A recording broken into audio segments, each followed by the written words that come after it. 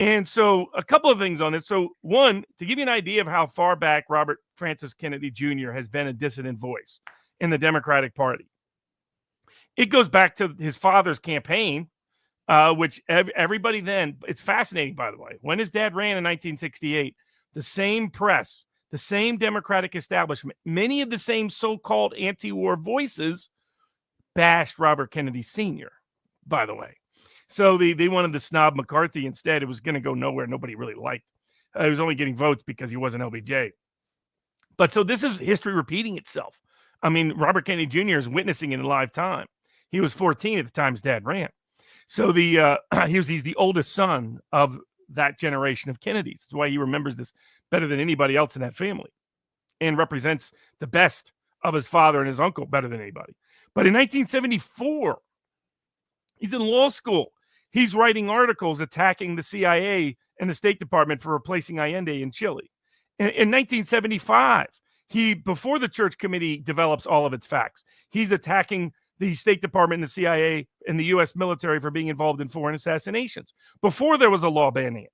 In 1979, he's attacking American policy in Pakistan. That was part of the arrangement with Saudi Arabia to export by the CIA. It was the CIA's plan, not the Saudis' plan, by the way, to export jihadi radicalism to counterbalance Iran and the rise of and the fall of the Shah there. And he was critical of how they were doing that, other aspects in Pakistan. He's trying to negotiate on nuclear power deals with Castro in the 90s. Has negative things to say about aspects of Castro at the same time, but is not willing to engage in martial conflict as the means to get there. 1991, he opposes the first Iraq War. 2001, he opposed the 9/11 Patriot Act reforms. Every Democrat but one voted for it. Robert Kennedy Jr. wasn't one of the people supporting it. He was out critical of it right away. Said it was being used as a means to impose a surveillance state on America and on the Western world. 2005, comes out and attacks the 2004 elections, says the elections are in the U.S. Election machines, he says, are deeply problematic. You invite fraud with it. Wrote the book with Greg Papst as the co-author or the beginning of the preface to his book about billionaires and voting machines and other means of stealing elections. So he was one of the first dissident critics on that topic. 2005, he comes out very critical of the Iraqi war, talks to Oprah, does an article in Vanity Fair, does other pieces. 2009, when Barack Obama is keeping and escalating activities in Afghanistan, that was why Obama said to pull out of Iraq. He wanted to escalate in Afghanistan. Guess who's criticizing him for it? Robert Francis Kennedy Jr. on the record, published pieces. 2014, he's critical of the U.S. policy in Syria. 2018, he writes his book, American Values, where he blames the CIA for the assassination of his father, the assassination of his uncle, President John Kennedy, says the deep state has been out of control and says that they've been waging war against him and his family for 60 years. These are extraordinary things that he's saying.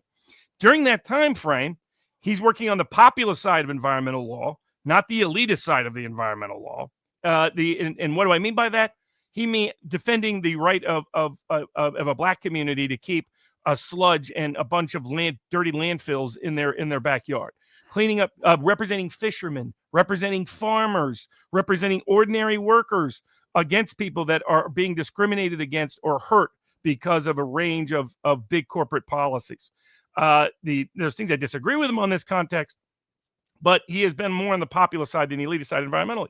That's why he's fighting factory farms going back to the 1990s, as industrialized farming and the USDA and the FDA are complicit in creating a bad food pyramid that's going to completely contaminate our bodies and our food system and our food supply, and is going to hurt small farmers and hurt small fishermen.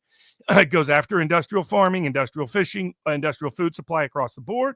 Then after that goes after big pharma, starting in 2007, says that what's happening with autism cannot be explained other than we're putting in too many vaccines that we're calling vaccines that have not been fully tested into little kids' bodies. We go from a list of 3 to 65 being recommended in 1989. Coincidentally, supposedly, that's when autism explodes. That's when a lot of other physical and medical disorders explode, to where we go from 3% of the country listed as disabled in 1930 to more than half having some form of disability by today. He goes after, and then a lot in the COVID lockdown context, where Tracy first tried to pretend that he had been some sort of anti-lockdown guy. I remember I was one of the key people on the front line from day one in March of 2020. Michael Tracy wasn't helping out. Glenn Greenwald wasn't helping out. Almost nobody was helping out, populist left or right, other than Alex Jones on the right and one person on the left, the guy who called me in 2020, Robert Francis Kennedy Jr. His Children's Health Defense was leading the fight against it.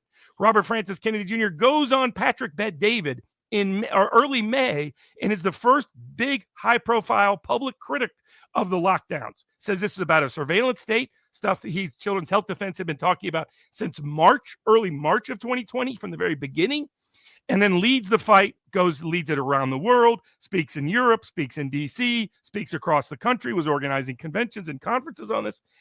And so for Michael Tracy to pretend Kennedy wasn't opposed to the lockdowns, Kennedy is a Hillary Clinton voice on foreign policy because he has like 4 tweets on Russiagate over 6 years where he's just citing other articles, is utterly, you can disagree with Robert Francis Kennedy Jr. all the time.